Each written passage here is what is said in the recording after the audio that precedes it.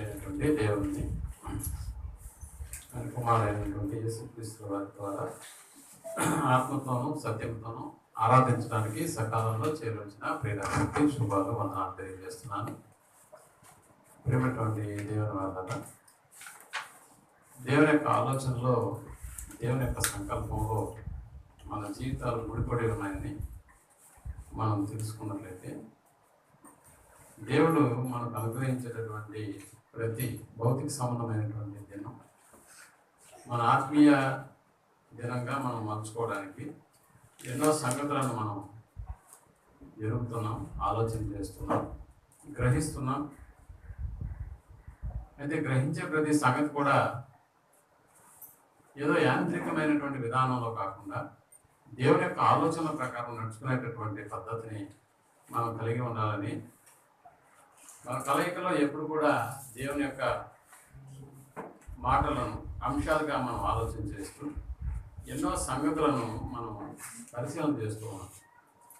అందులో భాగంగా ఈరోజు కూడా మనం ఏర్పాటు చేసుకున్నటువంటి దైవ వాక్యము లేకపోతే దైవ సందేశము అంశము, దేవుడు ఎరుగని వారెవరు, దేవుడు ఎరిగిన వారెవరు. ఈ అంశంలో మనకు రెండు విధాలైనటువంటి వాళ్ళు కనిపిస్తున్నారు. ఒకటి దేవుడు ఎరగని వారు, రెండు దేవుడు ఎరిగిన వారు.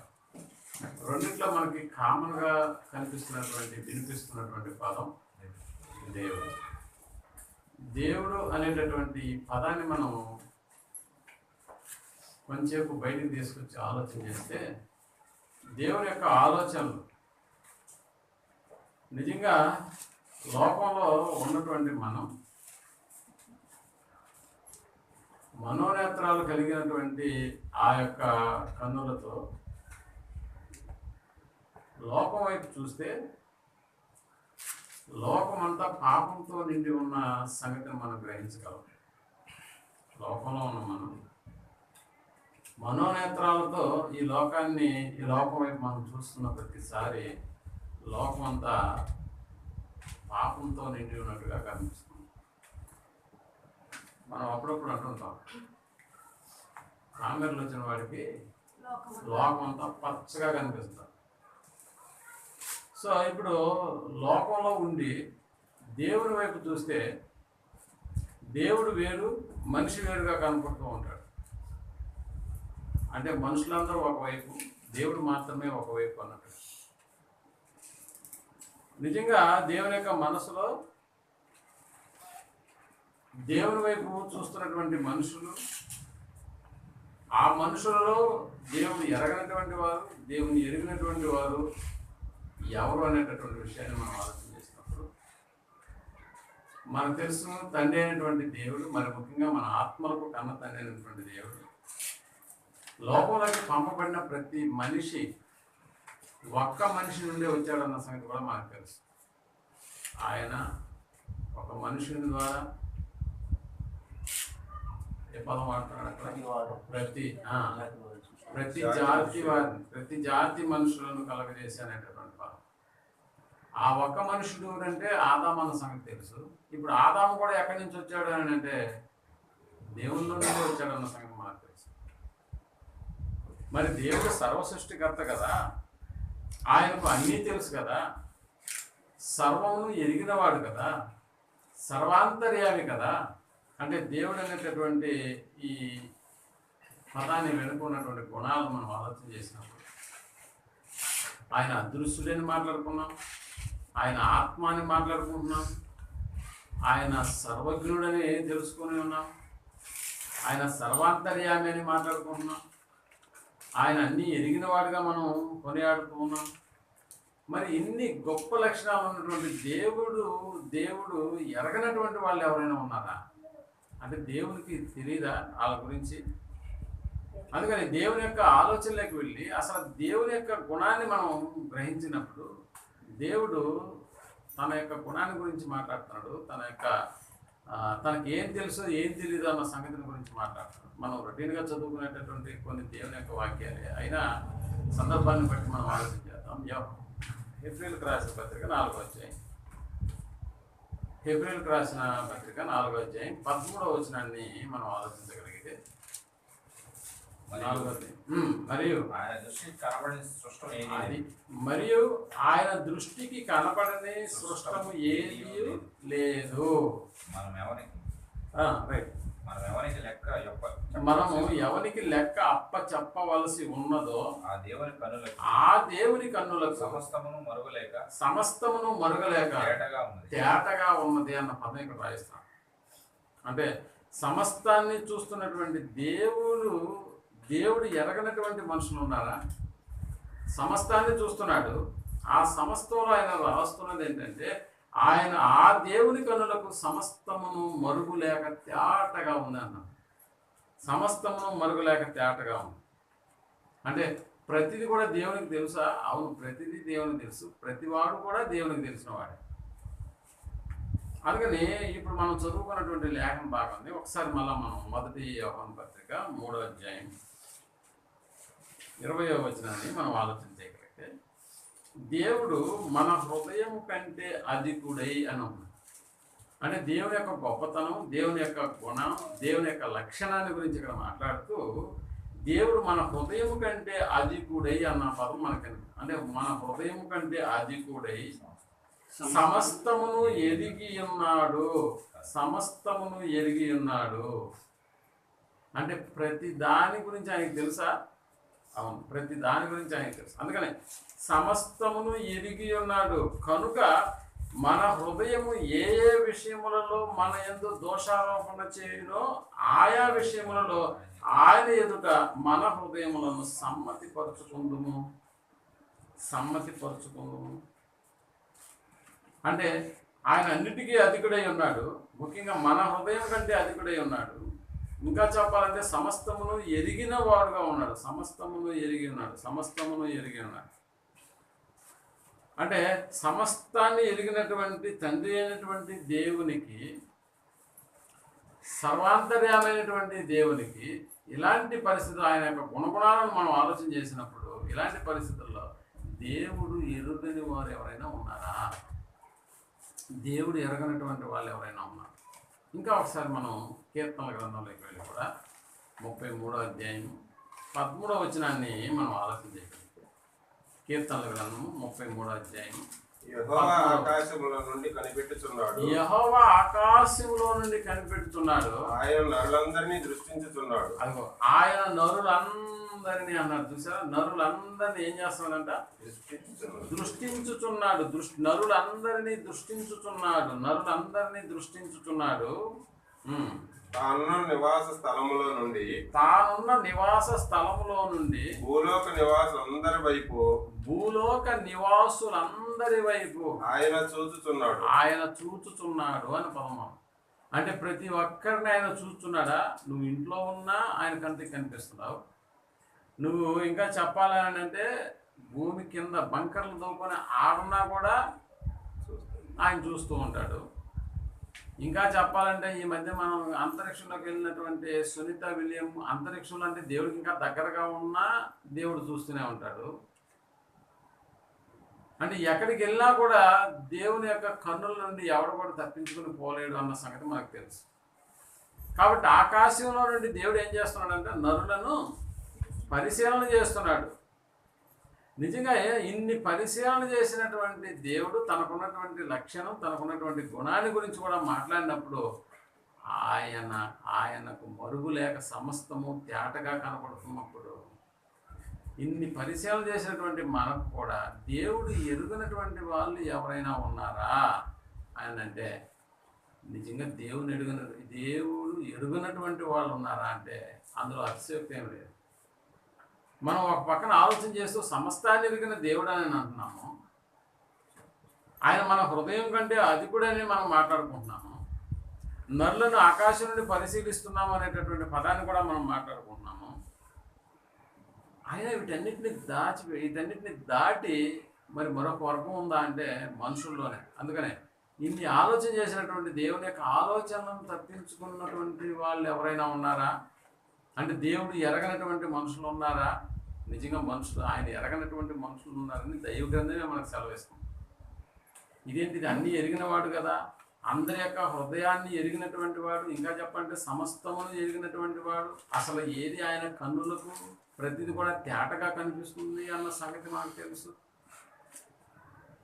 నేను భూ దిగంతములలోకి వెళ్ళినా నువ్వు అక్కడ ఉన్నావు అన్న పదం కూడా మనకు తెలుసు. ఎక్కడికి వెళ్ళినా మనుషుడు ఆయన ఆయన ఆయన ఉన్నటువంటి అంటే మనం ఉన్నట్టు చోట్ల నుంచి దాక్కొనగలవాడు ఎవడైనా ఉన్నాడా అన్న సంగతిని కూడా మనం విన్నాం. ఇంతటి అద్భుతమైనటువంటి కార్యక్రమాలు కలిగినటువంటి దేవుడు, ఆ దేవుడు ఎరగనటువంటి వాళ్ళు ఎవరైనా ఉన్నారంటే నిజంగా ఉన్నారనే దైవ గ్రంథం చెప్తుంది. అందుకని ప్రియమైనటువంటి వాళ్ళరా, దేవుడు ఎరగనటువంటి వాళ్ళు ఎవరు? దేవుడు ఎరగనటువంటి వాళ్ళు ఎవరు? అందుకనే దేవుడు ఎరగనటువంటి వాళ్ళు ఎవరో ఇప్పుడు మనం ఆలోచించేద్దాం. ఎందుకంటే మన యొక్క ఆలోచన ఎప్పుడు కూడా ప్రశ్న బైబిలే చేయాలి, జవాబు కూడా బైబిలే చెప్తాం. ఎందుకు? ఆత్మ సంబంధమైన సంగతులను మనం ఆత్మ సంబంధమైన సంగతులతో ఏం చేస్తున్నామంటే పరిశీలన చేసేటటువంటి వారు. కాబట్టి దేవుడు ఎరగనటువంటి వాళ్ళు వీళ్ళు అని నేను ఒకవేళ నా సొంత మాటలు చెప్తే అది దీనికి సరిగా సూట్ కాదేమో. అందుకని దైవ గ్రంథంలోకి వెళ్ళి వాళ్ళు ఎవరో మనం ఇప్పుడు బయటికి తీసేటటువంటి స్థితిని మనం కలిగి ఉన్నాం. ఒకసారి మనం మత్తయి రాసిన సువార్త 7వ అధ్యాయం 21వ వచనాన్ని మనం ఆలోచించగలిగితే, మత్తయి రాసిన సువార్త 7వ అధ్యాయం ప్రభువా అని నన్ను పిలుచు ప్రతి వాడును, ఇక్కడ చెప్తాడు, ప్రభువా ప్రభువా అని నన్ను పిలుచు ప్రతి వాడును పరలోక రాజ్యంలో ప్రవేశింపడు కానీ పరలోకమందున నా తండ్రి చిత్త ప్రకారము చేయువాడే ప్రవేశించును. ఆ దినమందు అనేకులు నన్ను చూచి, అంటే పరలోకమందున్న తండ్రి చిత్తాన్ని నెరవేర్చేవాడే దేంట్లోకి ప్రవేశిస్తాడు? పరలోక రాజ్యంలోకి ప్రవేశిస్తాడు. పరలోక రాజ్యం అంటే భూమి మీద ఆయన సంఘం అన్న సంగతి మనకు తెలుసు, రైట్? ఆ దినమందు అనేకులు నన్ను చూచి, ఏ దినమందు? ప్రభు యొక్క రెండవ రాకడలో అనేకులు, ఆ దినమందు అనేకులు నన్ను చూచి ప్రభువా ప్రభువా మేము నీ నామమును ప్రవచింపలేదా అన్నాడు. అంటే నీ నామమును మేము ప్రవచించలేదా? నీ నామమున దయ్యములను వెళ్ళగొట్టలేదా? నీ నామమున మేము దయ్యములను వెళ్ళగొట్టలేదా? నీ నామమున అనేకమైన అద్భుతములను చేయలేదా అని చెప్పుదురు. అది చెప్పే వర్గాన్ని అంతటిని ఇప్పుడు మనం పరిశీలన చేద్దాం. ఏమేం చేస్తున్నారంటే వీళ్ళు, ప్రభువా నీ నామమున, అంటే యేసు ప్రభుల వారు అందరికీ తెలుసా? యేసు ప్రభుల వారి యొక్క ఆలోచనలోకి వెళ్ళి యేసు ప్రభుల వారికి పలానా వాళ్ళు తెలియదు అని ఏమన్నా మనం అనగలుగుతామా? యేసు ప్రభుల వారు పలానా వారికి తెలియదండి అని మనం ఏమైనా అనగలుగుతామంటే లేదు. ప్రేమటువంటి వారు యేసు ప్రభుల వారికి అందరూ తెలుసా? అందరూ ఆయనకు తెలిసినటువంటి వాళ్ళుగానే మనకి కనిపిస్తున్నారన్న సంగతిని మనం జ్ఞాపకం చేసుకోవాలి. యేసు ప్రభుల వారు కూడా అందరినీ ఎరిగినటువంటి వాడు ఆయన. అంటే యేసు ప్రభుల వారు అందరినీ ఎరిగినటువంటి వాడుగా మనకు కనిపిస్తున్నాడు. ఒకసారి మనం యోహాను సువార్త 2వ అధ్యాయం 24వ వచనాన్ని మనం ఆలోచించగలిగితే, యోహాను సువార్త అయితే యేసు అందరినీ ఎరిగినవాడు, అదిగో యేసు అందరినీ ఎరిగినవాడు అన్నాడు. యేసు అందరినీ ఎరిగినవాడు కనుక ఆయన తన్ను వారి వశము చేసుకోలేదు. ఆయన మనుషుని ఆంతర్యమును ఎరిగినవాడు. అది ఆయన మనుషుని 2వ అధ్యాయం 24. ఆయన మనుష్యుని ఆంతర్యమును ఎరిగినవాడు. ఆ మనుష్యుని ఆంతర్యము ఎరిగినవాడు.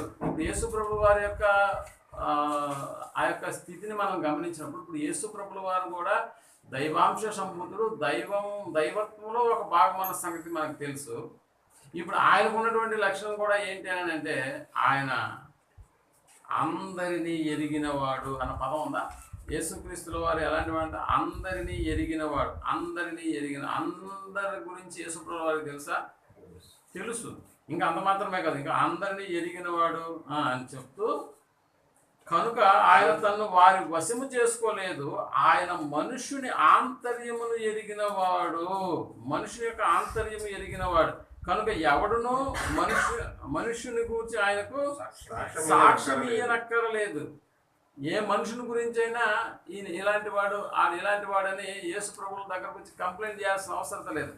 అలా కంప్లైంట్ చేయడానికి కూడా వ్యభిచారం ముందు పట్టబడినటువంటి ఒక స్త్రీని తీసుకొచ్చి ఆయన ముందు నిలబెట్టినప్పుడు ఆయన ఆర్గ్యుమెంట్ చేయలేదు. ఎవరు చూశారు ఫస్ట్ ఆయన అడగలేదు. ఇవి వ్యభిచారం అంటే స్త్రీ ఒకటే చేయదు, పురుషుడు కూడా ఉండాలి, మరి ఆడెక్కడ ఆయన అడగలేదు.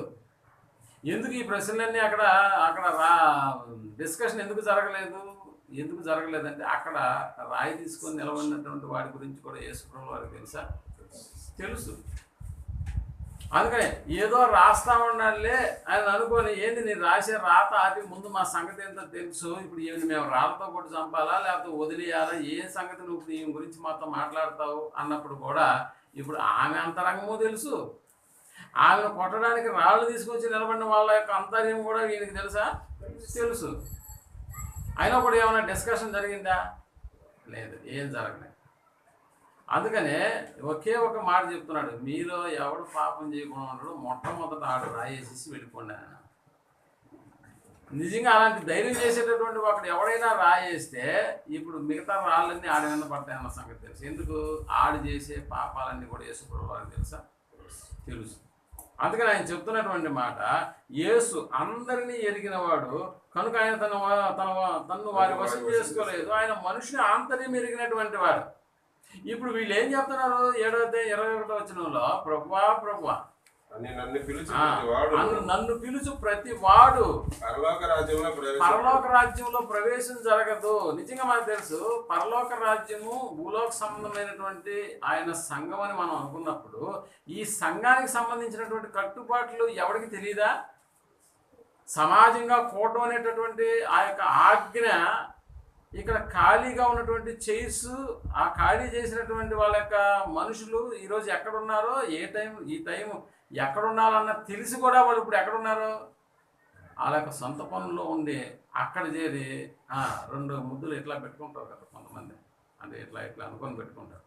అలా అనుకొని ప్రభువా ఈరోజు నేను ఎందుకు ఆరాధనకు రాలేదు నీకు తెలియదా అని ఎవరి గురించి మాట్లాడతారు అక్కడ కూడా. అంటే మిమ్మల్ని ఆరాధించడానికి మేము రాలేకపోతున్నాము, ఇది సహోదరులకు చెప్తే వాళ్ళకి నచ్చదు, లేకపోతే వాళ్ళు దాని గురించి తెలియదు, కాబట్టి నీకే డైరెక్ట్గా చెప్తాను ఎందుకు పోలేదన్నా అనేటటువంటి ఆ ఎక్స్ప్లెనేషన్. నిజంగా అలా అంటే సంఘం యొక్క వివరాలు తెలుసు, ఆరాధన చేయాలన్న సంగతి కూడా తెలుసు, కానీ వాళ్ళు నేడు సంఘానికి రాకపోయినా కూడా నీకు తెలుసు నాయన, మేమంటే ఏంటో నీకు తెలుసు.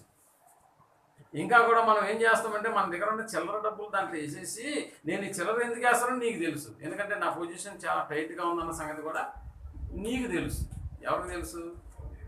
నీకు తెలుసు అన్నట్లుగా. అంటే నువ్వు సమస్తాన్ని ఎరిగినటువంటి దేవుడు కదా అన్నట్లుగా, మా హృదయ రహస్యాలను ఎరిగినటువంటి దేవుడు కదా, కాబట్టి నీకు అన్నీ తెలుసు. మేము ఎందుకు సంఘానికి రాలేకపోతున్నామో నీకు తెలుసు, మేము ఎందుకు సంఘ కార్యక్రమాల్లో పాల్గొనలేకపోతున్నామో నీకు తెలుసు, అసలు ఆరాధన కూడా మేము ఈరోజు రాలేకపోతున్నాం అంటే నీకన్నా మించినటువంటి పని మాకు ఉంది కాబట్టి మేము ఆరాధన కూడా ఏం చేసాం? మానేసాం. పోనీ మానేసినా కూడా ఏదైనా కష్టం వచ్చిందనుకో ప్రభువా అని మళ్ళీ మాట్లాడరా? ఎలా మాట్లాడతారు? దయ్యములు వెళ్ళగొట్టలేకపోయి ఉండొచ్చేమో కానీ ఇది మన దగ్గరకు వచ్చేటటువంటి వాళ్ళు. ప్రవచన వరం అనేటటువంటిది ప్రవచించకుండా ఉండలేకుండా ఉండేటటువంటి వాళ్ళ పరిస్థితి కూడా ఒకవేళ ఉండొచ్చేమో కానీ మేము సమయానికి రాలేదా, మేము సంఘ కార్యక్రమాల్లో పాల్గొనట్లేదా అనేటటువంటి మాట అన్నింటినీ జరిగించినటువంటి వాడు మాట్లాడితే బాగుంటుంది. కానీ ఎప్పుడో వీలున్నప్పుడు వచ్చి ఆ తర్వాత ఏదో అవసరత ఏర్పడి దేవునితో అప్పుడు ఇలాంటి పదాలన్నీ వాడుతుంటే ఎలా ఉంటుందో పరిస్థితి మీరు ఆలోచన చేయండి.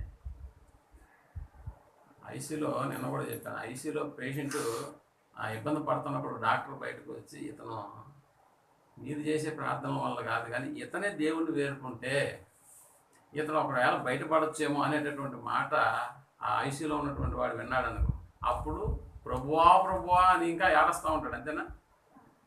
ఎంత బాగా ఏడుస్తాడని అంటే కన్నీళ్ళు గారిపోతూ ఉంటాయి. ఒక పెద్దగా గొంతెత్తి ఏడవలేడు, ఎందుకంటే మాస్క్ పెట్టేసి ఉంటారు, మూతికి కూడా మాస్క్ పెట్టేసి.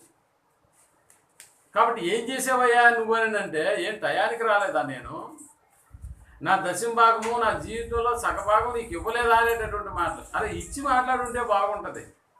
ఇక్కడ ఎవరు ఈ రకంగా మాట్లాడుతున్నారు? ప్రభువా అని పిలుచు ప్రతివాడు అన్న పదాన్ని ఇక్కడ వాడుతూ అలాంటి వాడు ఎవడు కూడా పరలోక రాజ్యంలోకి ప్రవేశింపడు. అయితే ఎవడయ్యా పరలోక రాజ్యంలోకి ప్రవేశించేది? పరలోకమందున్న నా తండ్రి చిత్త ప్రకారం చేయువాడే ప్రవేశిస్తాడు. ఆ దినం అంటే ఏ దినం అని అంటే ఇదిగో ఆపత్కాలం సంభవించినటువంటి దినాలు. మనకు తెలుసు కదా, యేసు ప్రభువు వారి యొక్క రెండవ రాకడకు భూమి లయమైపోతుంది అని. సునీత విలియమ్స్ ఆకాశంలో నుంచి భూమిని చూసి కిందకు వచ్చి ఇచ్చిన స్టేట్మెంట్ ఏంటో తెలుసా? కొద్ది కాలానికి భూమి అంతమైపోతుంది అని. నిజంగా అది బైబిల్ తెలిసి చెప్పిందో లేకపోతే సైంటిఫిక్గా ఆమె అర్థం చేసుకునేది చెప్పిందో మనకైతే తెలియదు. కానీ ఆమె చెప్పినా చెప్పకపోయినా భూమి అనేది ఏమైపోద్ది? అది భూమి అనేది భస్మం అయిపోద్ది అన్న సంగతి. ఇప్పుడు భస్మమయ్యేటటువంటి భూమిలో ఉన్నటువంటి మనము ఎక్కడో భూకంపం జరిగితే మనకు కాదులేని అనుకుంటాం. అదే మన దగ్గరే జరిగితే, అలాగే భూమి అన్నంతటా ఒక ప్రకంపనలు ఏర్పడి ఆకాశ నక్షత్రాలు రాలిపోయేటటువంటి ఆ పరిస్థితిని గమనించినప్పుడు అయ్యో మనం బైబిల్లో చదువుకున్నట్టుగానే ఇది జరుగుతుంది. కాబట్టి బైబిల్లో ఉన్నటువంటి దేవుడు నిజమైతే ఇప్పుడు మనం ఆ దేవుడిని ఉద్దేశించి మనం భూమి మీద ఏ కార్యక్రమాలు జరిగించామని అంటే నీ నామమున మేము ఏం చేయలేదు అన్నాడు. ప్రభువా మేము నీ నామమున మేము ప్రవచింపలేదా అన్నాడు. ప్రవచింపలేదా అన్నాడు అంటే ఆయన నామంలో మనుషులమైనటువంటి అందరూ కాదు కానీ ఇప్పుడు ప్రవచన వరం కలిగినటువంటి స్వస్థత వరం కలిగినటువంటి దైవ సేవకులను నేర్చుకున్నటువంటి వాళ్ళు కూడా వాడే మొట్టమొదటి పదం ఇదే. ఆకాశాలు గతిస్తున్నప్పుడు, భూమి లయమైపోతున్నప్పుడు అమ్మో చాలా వింత, అంటే చాలా ప్రమాదం, ఈ ప్రమాదంలో మనం కూడా అయిపోతాం. కాబట్టి ఇప్పుడు మనల్ని కాపాడవలసింది దేవుడే. అలాంటి దేవుని ముందు మనం కానీ ఒప్పుకుంటే కష్టాలు నష్టాలు ఎప్పుడైనా వస్తాయి. కానీ దేవునికి మనం మనవి చెప్తున్నాం. అందుకనే దేవుడు పాపుల మనవి ఆలకింపడని మనకు తెలుసు. పాపి అయినటువంటి వాడు ఎవడైతే దేవుని యొక్క ఆజ్ఞలను అనుసరించడో, ఆజ్ఞను అతిక్రమించే ప్రతి వాడు కూడా పాపం చేసినటువంటి వాడి కింద లెక్క అయిపోతున్నాడు. కాబట్టి ఇక్కడ దేవుడు మనిషి అనేటటువంటి ఈ రెండు క్యారెక్టర్లు మనం దగ్గర పెట్టుకున్నప్పుడు దేవుని యొక్క ఉద్దేశాలు వేరుగా ఉంటాయి, మనుషుని యొక్క ఉద్దేశాలు వేరుగా ఉంటాయి. మనిషి దేవుని వల్ల కలగజేయబడినటువంటి వాడే. అందుకనే కలగజేయబడినటువంటి వాడే అయినా కూడా దేవుడు మనుషుల గురించి మాట్లాడుతున్నటువంటి మాట. నా ఉద్దేశాలు వేరు, నా మార్గాలు వేరు, నీ మార్గాలు వేరు.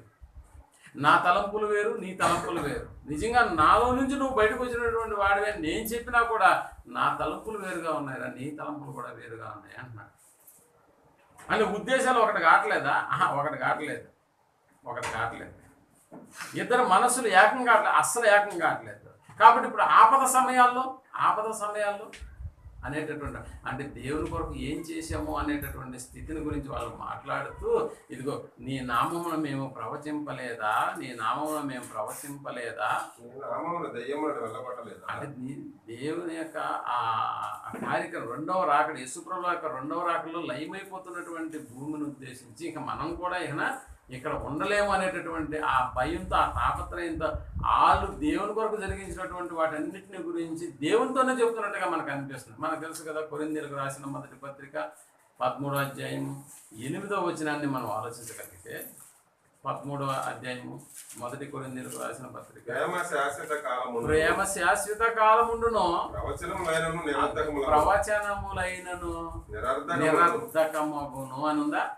ఇప్పుడు వీళ్ళు ఏం చేస్తున్నారు? రెండవ రాకడలో, యేసుప్రభువు యొక్క రెండవ రాకడలో ప్రభువా అని పిలుస్తూ అక్కడ ఏ సంగతిని గురించి చెప్తున్నాడు? నీ నామమున మేము ఏం చేయలేదా? ప్రవచింపలేదా అన్నాడు. ప్రవచింపలేదా అన్న కార్యక్రమము ఎప్పుడు జరిగించాలంటున్నాం? ప్రవచనములైనను నిర్ధకం అయిపోయిన తర్వాత తీసుకెళ్ళి నేను ప్రవచించలేదా అంటే చెల్లుతుందా? ఇప్పుడు మనకు తెలుసు కదా, పాత 1000 రూపాయల నోటు తెలుసు మనం. అంటే దాన్ని బ్యాన్ చేసిన చాలా సంవత్సరాలు అయింది. ఇప్పుడు బ్యాన్ చేసిన 1000 రూపాయలు తీసుకెళ్ళి ఇప్పుడు మనం వస్తువులు కొనాలంటే వీలవుతుందా? కుదరదు. అలాగే ప్రవచనములైనను ఏమైపోయినాయంట? నిరర్ధకమైపోయినటువంటి వాటిని తీసుకొచ్చి ఆమెతో ఒక మెడికల్ షాప్లో మందులు కొంటామంటే ఒకడు హడావుడిగా బరుగుతుకొని వచ్చి ఏంది ఇది ఎక్స్పైర్ అయిపోయిందని ఇస్తున్నావా నువ్వు అని షాప్ వాడి మీద గొడవ వేస్తున్నాడు. నిజంగా అది ఎక్స్పైర్ అయింది, అది చూసుకోవాలబ్బా, వీడికి అమ్మేశాడు. వీడు ఎట్లా మింగక ముందే దాన్ని డేట్ చూసుకున్నాడు కాబట్టి ఎక్స్పైర్ అయిపోయింది. అంటే ఎక్స్పైర్ అయిపోయినటువంటి దాన్ని తీసుకొచ్చి మెడికల్ షాప్లో ఇచ్చి వాడిని తిడుతున్నాడు అన్నమాట. చూసుకొని ఇవ్వబడలేదా? పొరపాటు జరిగిపోయింది సార్. ఓకే, ఇప్పుడు చూసారా, ఎక్స్పైర్ అయిపోయినటువంటి ప్రవచనములైనను నిరర్ధకమవును అనేటటువంటిది ఇట్స్ ఎక్స్పైర్డ్, ఆల్రెడీ జరిగిపోయినది. ఇప్పుడు ప్రవచనాలు నువ్వు ప్రవచించాల్సిన అవసరత లేదు. అయినా నువ్వు ఇప్పుడు వచ్చి ఏమంటున్నావు నా దగ్గర అంటే ప్రవచనములైనను నిరర్ధకమగును అనేటటువంటి దాన్ని తీసుకొచ్చి ఇప్పుడు నేను ప్రవచింపలేదా అని అన్నాడు అనుకో, దీనికి అర్థం ఉంటుందా? అర్థం ఉండదు. ఇంకా ఏమని అంటున్నారంట, నీ నామమున దెయ్యములను వెళ్ళగొట్టలేదా అన్నారు. దెయ్యములు వీళ్ళెవరు? మళ్ళా దెయ్యాలు వెళ్ళగొట్టేటటువంటి బ్యాచ్ ఒకటి ఉంది. నిజంగా ఈ బ్యాచ్ ఇప్పుడు దెయ్యాలను నిజంగా వెళ్ళగొడుతున్నారంటే అసలు దెయ్యమేదో ఆత్మేదో వీడికి తెలియదు. కాబట్టి పూన కూర్చున్న ప్రతిదీ కూడా దెయ్యం అనుకుంటున్నాడు. నిజానికి మరణించినటువంటి వాళ్ళు దెయ్యాలుగా వస్తారన్న సంస్కృతి కూడా నేటికి ఇంకా నడుస్తూనే ఉంది. మరణించినటువంటి వాళ్ళు దెయ్యాలు అవుతారు. మనకు తెలుసు కదా, మరణించిన వాళ్ళు దెయ్యాలుగా భూమి మీదకు రారు అన్న సంగతి మనకు తెలుసు. ఎలా తెలుసు? మనకు కూడా కొన్ని లేఖనాలు ఉన్నాయి దానికి సంబంధించి. ప్రసంగి గ్రంథము 9వ అధ్యాయము 5-6 వచనాలను మనం ఆలోచించగలిగితే మరణించినటువంటి వాళ్ళ గురించి చాలా స్పష్టంగా తండ్రి అయినటువంటి దేవుడు మన కొరకు రాయించారు. బ్రతికియుండు వారు తాము చత్తురు అని వారికి ఎరుగుదురు. అయితే చచ్చిన వారు ఏమీ ఎరుగరు. వారి పేరు మరవబడి ఉన్నది. చచ్చిపోయిన వాడు ఏమీ ఎరగడు, వారి పేరు మరవబడి ఉంది. వారికి ఏ లాభము కలగదు. వారు ఇక ప్రేమింపరు, పగబెట్టుకోరు, అసూయపడరు. సూర్యుని కింద జరుగు వాటిలో ఎప్పటికీ వంతు లేదని దేవుడే రాయిస్తే చచ్చిపోయిన వాడు మళ్ళా దెయ్యాలుగా మరొక దేహంలోకి దూరతారా? లేదు. అందుకని దెయ్యాలు కూడా ఏమంటున్నాయి? దేవుని కుమారుడు అయిన యేసు అన్న పదం వాడుతున్నాయి. అంటే దెయ్యాలకు యేసు ప్రభువు వారు ఎవరో తెలుసా? తెలుసు. చచ్చిపోయినటువంటి వాడికి యేసు ప్రభువు వారు ఎవరో తెలుసదా? తెలీదు. చనిపోయిన తర్వాత ఆడు ఏమీ ఎరగడన్న పదం మనకు అర్థమవుతుంది. కానీ దయ్యాలు ఏమని చెప్తున్నాయంటే, ఇదిగో దేహాలను ఆవరించినటువంటి దయ్యాలు దేవుని కుమారుడైన యేసు అన్న పదం వాడుతున్నాయి. దేవుని కుమారుడు అన్న పదం వాడుతున్నానంటే అందుకని ఒక దయ్యాన్ని ఒక 2-4 వ్యక్తులు దయ్యాలను లోపర్చుకోవడానికి ట్రై చేసినప్పుడు అపోస్తుల కార్యాలు ఆ దయ్యాలనే వచ్చి ఆడి గొంతు పట్టుకొని, ఒరే పౌలెవడో మాకు తెలుసు, యేసు ప్రభు వారు ఎవరో మాకు తెలుసు, మీరెవరు అని ప్రశ్నిస్తున్నాయి. అందుకని దయ్యాలు వెళ్ళగొట్టేటటువంటి వాడిని కూడా ఆ దయ్యాలను పట్టుకొని ఆడి గుడ్డలేపు తీసేసి లాగేసి పరిగెత్తించి ఈ సంగతి మనకు తెలుసు. కాబట్టి ఇక్కడ దయ్యాలు అనేటటువంటి వాళ్ళు మరణించినటువంటి వాళ్ళ ఆత్మలు కాదు అన్న సంగతి. ఆ సంగతి ఇది తెలియక ఈడేమన్నట్టు ఇప్పుడు యేసుప్రభువు వారు 2వ రాకల్లో ప్రభువా అంటే ఇది కూడా ఎక్స్పైర్ అయిపోయిందా? ఇది కూడా ఎక్స్పైర్ అయిపోయిందని తీసుకొచ్చి మళ్ళా ప్లే కార్డ్ లాగా నిలబెడతా. దయ్యములను వెళ్ళగొట్టలేదా? నీ నామమున అనేకమైన అద్భుతములను చేయలేదు. ఏ అద్భుతాలు చేశారు చెప్పండి? ఇప్పుడు ఏ అద్భుతాలు చేశారంటే యేసు ప్రభువు వారు చేసిన అద్భుతాలతో నేడు జరిగిస్తున్నటువంటి అద్భుతాలు ఏమైనా అద్భుతాలా? నిజానికి చెప్పాలంటే దయ్యాలు వెళ్ళగొట్టుంటాడేమో అనుకున్నాం. అది ఆ దెయ్యం చనిపోయిన మనిషి ఆత్మ కాదన్న సంగతి తెలుసు. మరి ఇది ఏ అద్భుతం చేసి మాదిరిగా చెప్తున్నాడు ఇక్కడ? ఏ అద్భుతం చేసి ఉంటాడు? ఒకవేళ యేసు ప్రభువుల వారు చేసినటువంటి అద్భుతం కంటే అద్భుతమైనటువంటి అద్భుతం ఎవరైనా చేశారా? నిజానికి చెప్పాలంటే మరణించినటువంటి వాడిని ఎవరైనా లేపారా? యేసు ప్రభువు వారు మరణించిన వాడిని లేపారు కదా. పుట్టు గుడ్డువాడైనటువంటి ఒకడికి కన్నులు తెప్పించినటువంటి ఘనత యేసు ప్రభువుల వారికి ఉంది. ఈనాడు ఎవడైనా పుట్టు గుడ్డువాడికి ఎవడైనా కన్నులు తీసుకొచ్చారా? పుట్టుకతోనే కాలు చేయ చచ్చిపోయినటువంటి వాడికి అంటే పెరాలసిస్ లోనైనటువంటి వాడికి ఎవరైనా బాగా అవయవాలు పనిచేసే విధంగా చేశారా? ఎవరన్నా జరిగించారా? ఇలాగా జరిగించకపోయినప్పుడు ఇది ఏ పదం వాడుతున్నారు అక్కడ? నీ నామమున అనేకమైన అద్భుతములు అన్నాడు. అనేకమైన అద్భుతములను చేయలేదా అని చెప్పుదురు అని వీడు చేసి ఉంటాడా? చేయకుండానే చెప్పుంటాడా? చేయకుండానే చెప్పుంటాడా? ఎవరి ముందు చెప్తున్నాడు? లేదండి, చేసే చెప్పుంటాడు. ఎందుకు చేసే చెప్పుంటాడు? అద్భుతాలు చేసే ఆ యొక్క కార్యక్రమం అపవాది కూడా జరిగిస్తాడన్న సంగతి మనకు తెలుసు. ఒకసారి మనం 24వ అధ్యాయం 24వ వచనం ఉంటాను. మత్తయి రాసిన సువార్తలోకి వెళ్ళి 24 వచ్చిందండి మన వాళ్ళు. అబద్ధపు క్రీస్తులను అబద్ధపు క్రీస్తులను, అబద్ధపు అబద్ధపు ప్రవక్తలు వీళ్ళే అనమాట. ప్రభువా ప్రభు అని పిలిచే ప్రతి వాడు అన్న పదం ఉందే. అబద్ధపు క్రీస్తు, అబద్ధపు ప్రవక్త. ప్రవక్త ఉన్నాడు, అబద్ధపు ప్రవక్త ఉన్నాడు. క్రీస్తులు ఉన్నారు, అబద్ధపు క్రీస్తులు ఉన్నారు. వాళ్ళు వచ్చి సాధ్యమైతే అన్నాడు అబద్ధపు క్రీస్తులను, అబద్ధపు క్రీస్తులను, అబద్ధపు ప్రవక్తలను వచ్చి, అబద్ధపు ప్రవక్తలను వచ్చి సాధ్యమైతే ఏర్పరచబడిన వారిని సైతము, సాధ్యమైతే ఏర్పరచబడిన వారిని సైతము అన్నది. ఏర్పరచబడిన వాళ్ళంటే ఎవరు? సంఘంలో దేవుని సంకల్పం ప్రకారం వాళ్ళు జీవితాన్ని కొనసాగించేటటువంటి వాళ్ళు సైతం మోసపరచుటకై గొప్ప సూచక క్రియలను మహత్కార్యములను కనపరిచేదరు అన్న పదం ఉందా? అంటే ఈ కార్యక్రమం జరిగింది అంటే లోకంలో జరిగిస్తారా? అద్భుతాలు కూడా చేస్తాడు, మహత్కార్యాలు కూడా చేస్తాడు. అయినా నువ్వు నమ్మవలసినటువంటి అవసరం నీకు లేదు. అందుకనే ప్రభువా నీ నామం ప్రవచింపలేదా, నీ నామం దయ్యములను వెళ్ళగొట్టలేదా, నీ నామం అద్భుత కార్యక్రమం చేయలేదా అన్న పదం వాడాడంటే నువ్వు అద్భుతం చేసావురా, కానీ ఎవరి ద్వారా అద్భుతం జరిగించావో తెలుసా? అబద్ధపు ప్రవక్త అయితేనే అద్భుతం చేస్తావు. ప్రవక్త అయితే అద్భుతం చేయడు, వాక్యం చెప్తాడు. ఇంకా చూడండి, దశలోనికి రాసిన 2వ పత్రిక 2వ అధ్యాయం 9వ వచనాన్ని మనం ఆలోచిస్తాం. దశలోనికి రాసిన 2వ పత్రిక 2వ అధ్యాయం 9వ వచనాన్ని మనం నశించుచున్నవారు తాము రక్షింపబడుటకై సత్య విషయమైన ప్రేమను అవలంబింపకపోయిరి కనుక వాని రాక అబద్ధ విషయమైన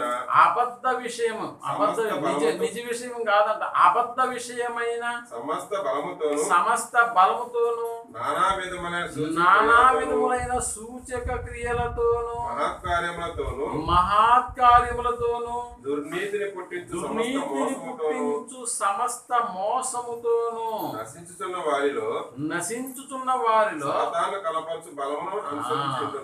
సాతాను కనపరచు బలమును అనుసరించి ఉండును.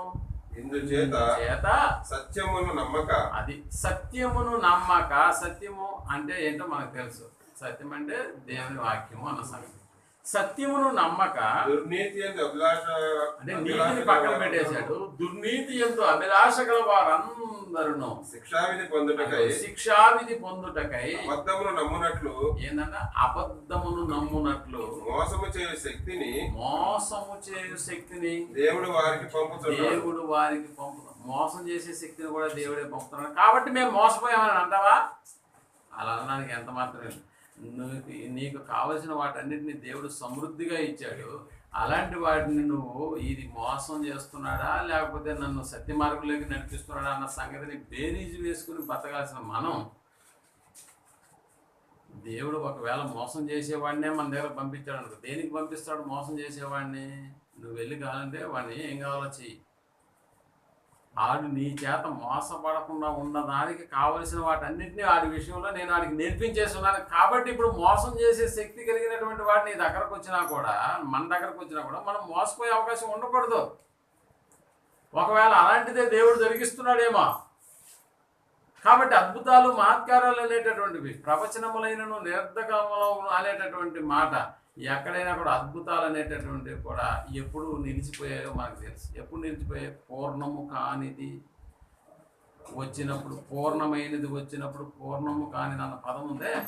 అంటే బైబిల్ ఇంకా లిఖిత పూర్వకమైనటువంటి ఈ యొక్క అక్షరాలు కలిగినటువంటి పుస్తకముగా మన దగ్గరకు రాకముందు అద్భుతాలు జరిగాయా? మహత్కార్యాలు జరిగాయా?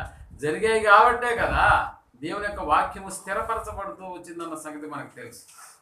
మరి ఇప్పుడు వాక్యం స్థిరపరచబడడానికి మళ్ళీ అద్భుతం చేయాలా? దేవుడు అవసరం లేదు. ఎందుకంటే ఏది కావాలో వాటన్నిటి విషయంలో దేవుడు చాలా చక్కగా రాసేసాడన్న సంగతి మనకు తెలుసు. ఇంకా ఏం చేశారంటే వాళ్ళు దెయ్యములను వెళ్ళగొట్టలేదా, అద్భుతాలు చేయలేదా, మహత్కార్యాలు చేయలేదా అని మాట్లాడుతూ అద్భుతాలు చేయలేదా అని చెప్పుదురు. అప్పుడు నేను మిమ్మల్ని ఎన్నడూ ఎరుగను. అది అప్పుడు అంటే ఈ కార్యక్రమాలు చేసేటువంటి ఇవన్నీ చిన్న చిన్న కార్యక్రమాలు కాదు. ప్రేమటువంటి వారు ప్రవచించడం ఏమన్నా చిన్న కార్యక్రమం కాదు, పెద్దదే. మరి దెయ్యాలను వెళ్ళగొట్టడం అది కూడా పెద్ద కార్యక్రమమే. ఇంకా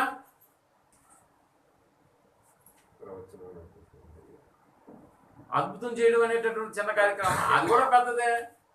అలా చేసినటువంటి వాడు వచ్చి మళ్ళీ అక్కడ నిలబడి మాట్లాడుతున్నాడు, ఇదిగో ఇవన్నీ జరిగించాం కదా ప్రభువా, నా అద్భుతమైనటువంటి వాటిని మేము జరిగించాం కదా అని అన్నప్పుడు, షబాష్, సూపర్, నువ్వు అంటే నా పక్షాన్ని ఇలాంటి అద్భుతాలు జరిగించావు, ఇలాంటి ప్రవచనాలు నువ్వు ప్రవచించావు, కాబట్టి ఇప్పుడు నువ్వు నా ముందు నిన్ను తీసుకెళ్ళిపోవాలని అన్నాడా?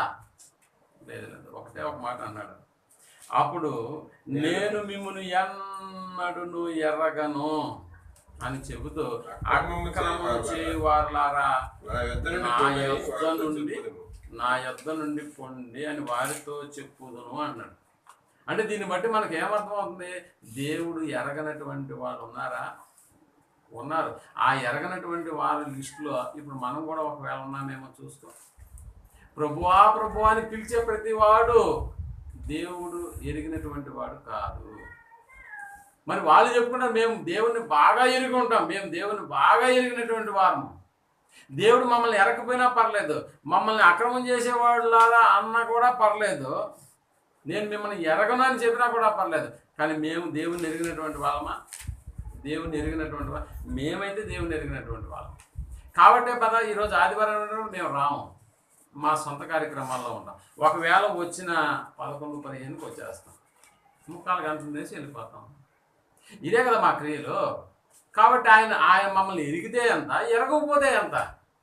అలాగని చెప్పి మేము ఎరగలేదా? మేము ఎరిగి ఉన్నాం. దేవుడు ఎవరో మాకు తెలుసు, యేసుక్రీస్తు ఎవరో మాకు తెలుసు, పరిశుద్ధాత్ముడు ఎవరో కూడా మాకు తెలుసు. మాకు తెలియదా వాళ్ళ గురించి అంటే తెలుసు. అయినా మేము మా సొంత కార్యక్రమంలో ఉంటాం, ఎక్కడికైతే అవసరం లేదు మాకు.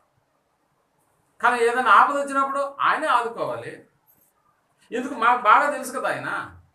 ఒకవేళ నీకు బాగా తెలుసుంటే, నువ్వు బాగా ఎరిగినటువంటి వాడు అయితే, మరి ఆయన అన్నాడు నువ్వెవరో నాకు తెలియదు అన్నాడు. నువ్వెవరో నాకు తెలియదు అన్నప్పుడు దేవుని నుండి వచ్చేటటువంటి ఆ కృపా సమాధానాలు, లేకపోతే ఆ అక్కరకు సంబంధించినటువంటి సహాయం ఏమైనా అందుబాటులోకి వస్తుందా? రాదు. ఎరిగినటువంటి వాళ్ళు ఎలా ఎరుగుతున్నారో అన్న సంగతిని గురించి కూడా ఒకసారి మనం తీతుకు రాసిన పత్రిక 1వ అధ్యాయము 16వ వచనాన్ని మనం ఆలోచించగలిగితే, తీతుకు రాసిన పత్రిక 1వ అధ్యాయము 16వ వచనం. 16వ వచనం. దేవుని ఎరుగుదుము అని ఎలా చెప్పుకుంటారంట? ఆయన ఎరకపోయినా పర్లేదు, మేము తెలుసు, మాకు తెలుసు బాగా ఆయన. అంతే కదా. ఇప్పుడు ముఖ్యమంత్రి చంద్రబాబు నాయుడు గారంటే ఎవరికి తెలియదు చెప్పండి? అందరికీ తెలిసిన వ్యక్తే. కానీ ఆయనకు తెలుసా? ఆయనకు తెలిసినటువంటి వాడే అక్కడ నుండి లోపలికి వెళ్తాడు. ఆయనకు తెలియనటువంటి వాడు బయటకే వచ్చేసేయాలి. నాకు తెలుసు చంద్రబాబు నాయుడు, నేను ఓటేసింది కూడా ఆయనకేనా, నువ్వు పోయి అక్కడ నిలబడు, నేను లోపలికి పంపిస్తారా? అస్సలు పంపించరు అన్న సంగతి నీకు అర్థం అవ్వాలి. అందుకనే దేవుని ఎరుగుదుము అని వారు చెప్పుకుందరు, కానీ అసహ్యులను, అవిధేయులను ప్రతి సత్కార్యము విషయము ఎలా ఉన్నారంట? ప్రతి సత్కార్యము విషయము భ్రష్టులమై ఉండి తమ క్రియల వలన ఆయన్ను ఎరగమన్నట్టు వాళ్ళు ఉంటారు. అంటే దేవుణ్ణి ఎరుగుదుమని చెప్పుకుంటారు, దేవుణ్ణి ఎరుగుదుమని వారు చెప్పుకుంటారు. మాకు తెలుసండి దేవుడు ఏంటో, మీరు చెప్పాల్సిన అవసరం లేదు. చర్చికి రాకపోతే అడిగేస్తారా? చర్చికి రాకపోతే మమ్మల్ని కడిగేస్తారా? అదే ప్రభువా ప్రభు అని పిలుస్తావా అవసరమైనప్పుడు? అందుకనే చెప్తాడు, నేను మిమ్మల్ని ఎరగను అనేటటువంటి పదం వాడుతున్నాడు. అసలు ఇంకా చెప్పాలంటే మీరు చేసేదంతా సక్రమం కాదు, అది అక్రమము అంటున్నాడు. ప్రేమటువంటి అక్రమము చేయవాళ్ళరా అన్నాడంటే అసలు నేను ముందు గెట్అవుట్ అన్నాడు అంతే, ఇంక వేరేది అసలు డిస్కషన్ ఏం లేదన్నాడు. మనం మాట్లాడుకోవాల్సిన పద్ధతి ఏం లేదు, ముందు అవతల చేరి మాట్లాడు, గేట్ అవతలకి వెళ్ళి అప్పుడు మాట్లాడు అన్నాడు. అలా కాదు, నువ్వు నాకు నేను నీకు బాగా తెలిసి ఉండొచ్చు, బట్ నువ్వెవరో నాకు తెలియదు. అప్పుడు పక్కన వాళ్ళతో చెప్తుంటారు, మేము దేవుడు అంటే మాకు తెలుసండి, మేము ఉపవాసాలు ఉంటాము, మేము ఇంకా ఏం చేస్తాము, కృతజ్ఞత గుడుకులు పెట్టుకుంటాము, బర్త్డేలకు పైగాని పిలిపించుకుంటాము, సాగు దినాలు వస్తే మళ్ళీ పిలిపించుకుని వాక్యాలు చెప్పించుకుంటాము. మరి మాకు తెలియదా దేవుడు అంటే? దేవుడే బయటికి నెట్టేస్తే చేయాల్సిన పరిస్థితి ఏంటంటే ఇప్పుడు పక్కన వాళ్ళతో అందుకనే దేవుని ఎరుగుదుమని వారు చెప్పుకుందరు. ఎలా చెప్పుకుంటారు దేవుడు మాకు తెలుసని? మేము బాప్తిసం పొందలేదా? మేము సంఘంలో చేర్చబడలేదా? ఇన్ని చేసినా కూడా దేవుడు మమ్మల్ని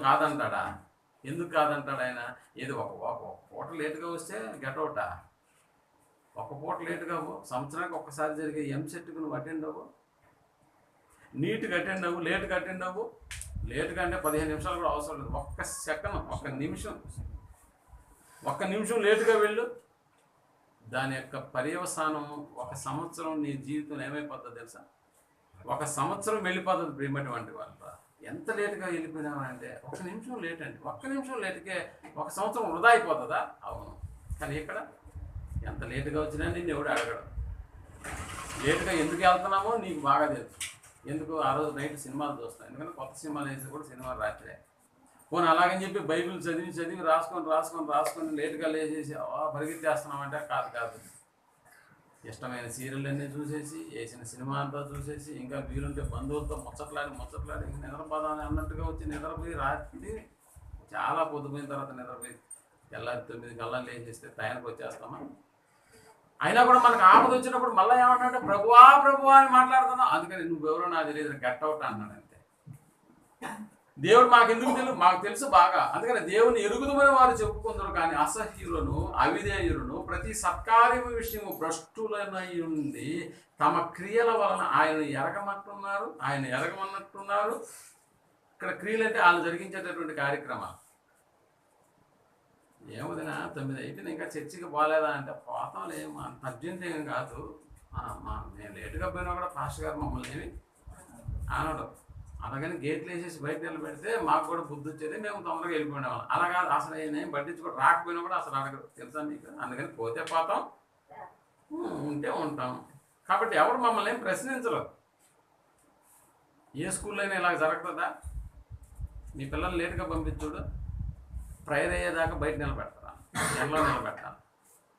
కాలేజీలో అంటే అసలు పట్టించుకోవట్లేదు. వాళ్ళ క్లాస్ రూమ్లోకి వెళ్ళినప్పుడు కూడా అరగకుండానే లోపలికి వెళ్ళిపోతూ ఉంటాడు. లెక్చర్ పాఠాలు చెప్తున్నాడు, అంత ధైర్యం వచ్చేస్తుంది అక్కడ. పోయినా ఎవడు అడగడం, పాకపోయినా ఎవడు అడగడం. అలా తయారైపోయింది ఇప్పుడు స్థానిక సంఘం. అంటే దేవుడు తెలుసా అంటే, దేవుడు ఎందుకు మాకెందుకు తెలియదు? ఆయనే కదా మమ్మల్ని కాపాడుతున్నది, ఆయనే కదా మాకు ఊపిరిని దయచేస్తున్నది, ఆయనే కదా సమస్తం మాకు అనుగ్రహిస్తుంది. మరి అలాంటి ఆయన విషయంలో మేము ఇంత నెగ్లెక్ట్గా ఉండకపోతే ఎలాగా? అందుకని దేవుడు అన్నాడు, అక్రమము చేయువార్లరా. ఇప్పుడు అర్థమవుతుందా? దేవుని ఎరగనటువంటి వాళ్ళు ఉన్నారా లోకంలో?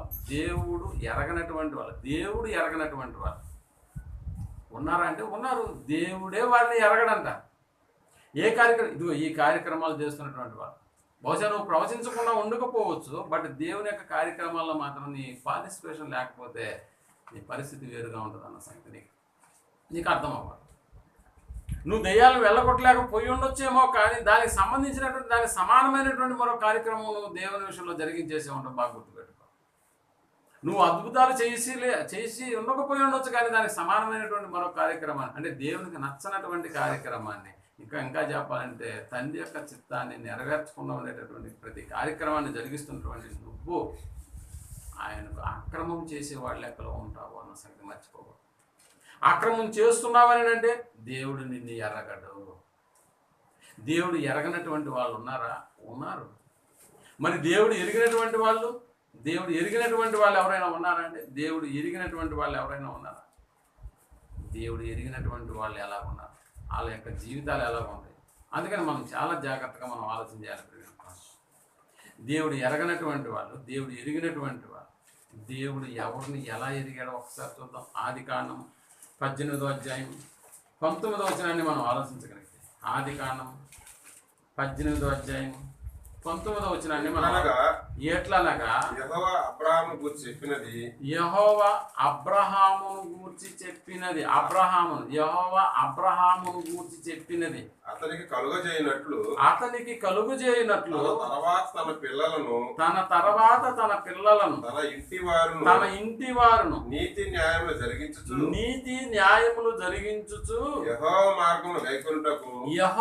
మార్గమును గైకొనుటకు అతడు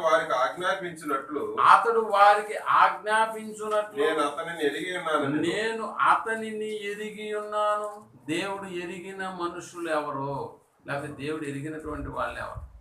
దేవుడు ఎరగినటువంటి వాళ్ళ లిస్టు నీకు అర్థమైంది. ఇప్పుడు దేవుడు ఎరిగినటువంటి వాళ్ళ లిస్టు కూడా మనం బేరీజ్ వేసుకుంటున్నాం. అంటే ఇప్పుడు అబ్రహాముని గురించి మాట్లాడుతూ ఆ అబ్రహాముని గురించినటువంటి మాటలు ఇక్కడ చెప్తున్నటువంటి మాట ఎట్లనగా యెహోవా అబ్రహామును గూర్చి చెప్పినది అతనికి కలుగు చేయనట్లు తన తరువాత తన పిల్లలను తన ఇంటి వారును నీతి న్యాయములు జరిగించుచు యెహోవా మార్గమును గైకొనుటకు అతడు వారికి ఆజ్ఞాపించినట్లు. ఎవరు ఆజ్ఞాపించాలంటే ఇక్కడ దేవుని యొక్క మార్గాలను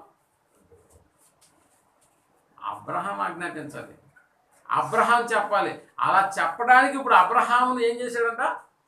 నేను ఎరిగి ఉన్నాను, అతడు అలా చేస్తాడన్న సంగతి నాకు తెలుసు కాబట్టి నేను అతన్ని ఎరిగి ఉన్నాను. నేను అతని నిజంగా అబ్రహాం గారి యొక్క బ్యాక్గ్రౌండ్ ఏంటండి? విగ్రహారాధికుడు అన్న సంగతి మనకు తెలుసా? వాళ్ళ నాన్న కూడా విగ్రహారాధికులే.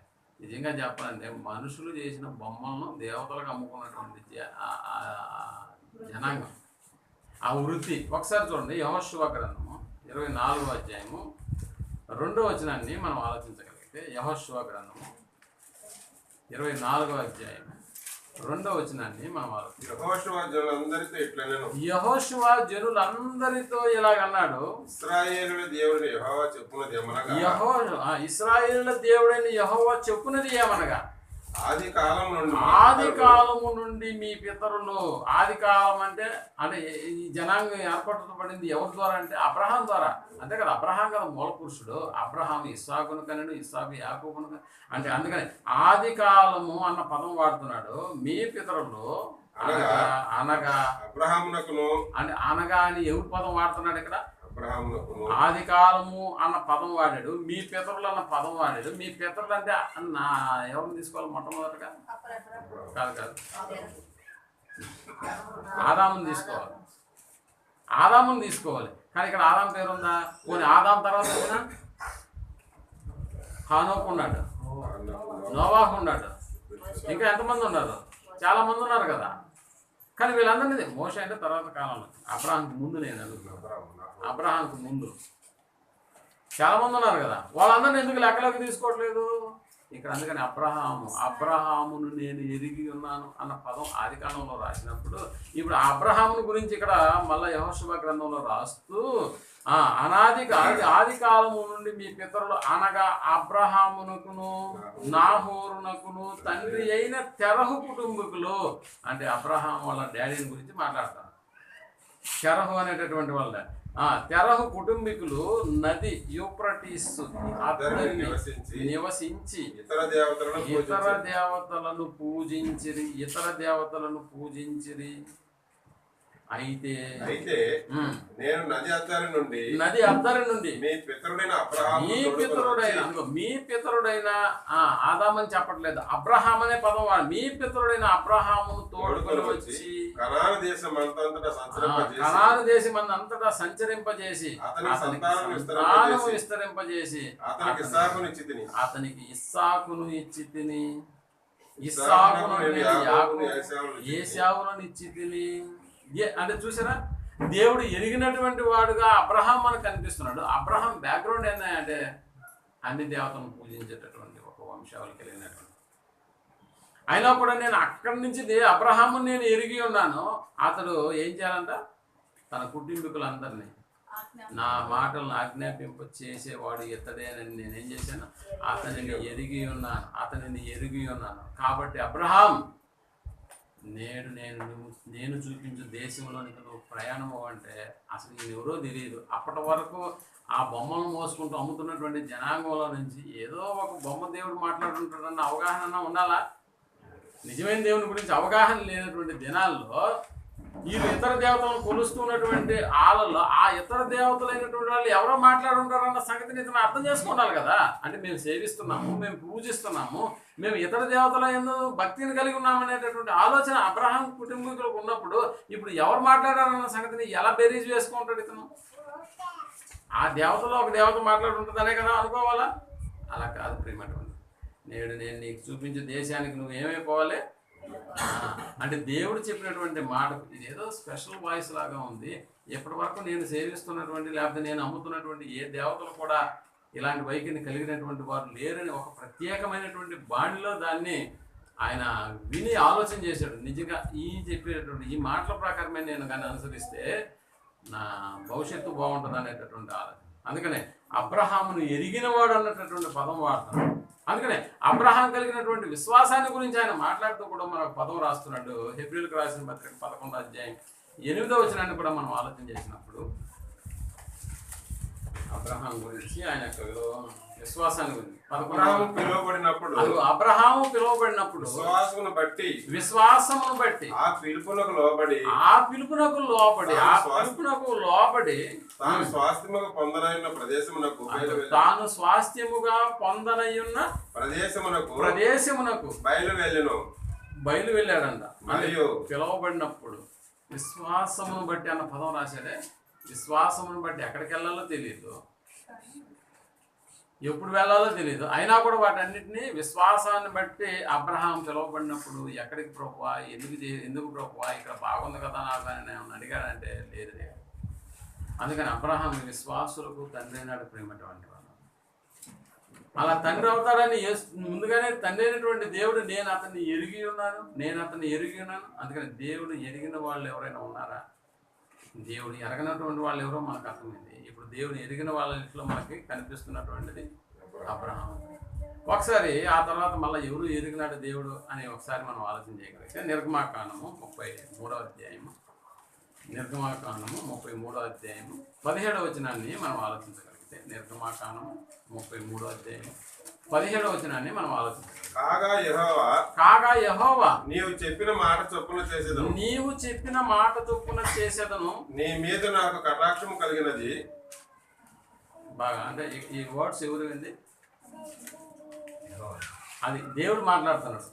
కాగా యెహోవా ఒక డాష్ ఉంది కదా. ఇప్పుడు దేవుడు చెప్తున్నటువంటి నీవు చెప్పిన మాట చొప్పున చేసేదను, నీ మీద నాకు కటాక్షము కలిగినది, నీ పేరును బట్టి నిన్ను ఎరుగుదును అని మోషేతో చెప్పగా. అంటే దేవుడు ఎవరి గురించి మాట్లాడుతున్నాడు? ఇప్పుడు మోషేని గురించి ఇప్పుడు మోషే కూడా ఎవరంట? దేవుడు ఎరిగినటువంటి వాడు. కాబట్టి ఎరిగినటువంటి దేవుడే మోషేని గురించి నేను అతన్ని ఎరిగి ఉన్నానన్న పదం వాడుతున్నాడు. అందుకనే మోషే నువ్వు చెప్పిన మాట ప్రకారం చేసేదను, నీ మీద నాకు కటాక్షము కలిగింది, నీ పేరును బట్టి నిన్ను ఎరుగుదును.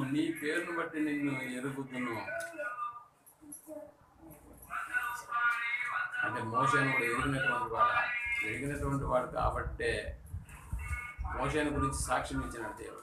ఎలాంటి సాక్ష్యం ఇచ్చాడు మోషేను గురించి? అతడు నా ఇల్లంతటిలో నమ్మకమైనటువంటి వాడు.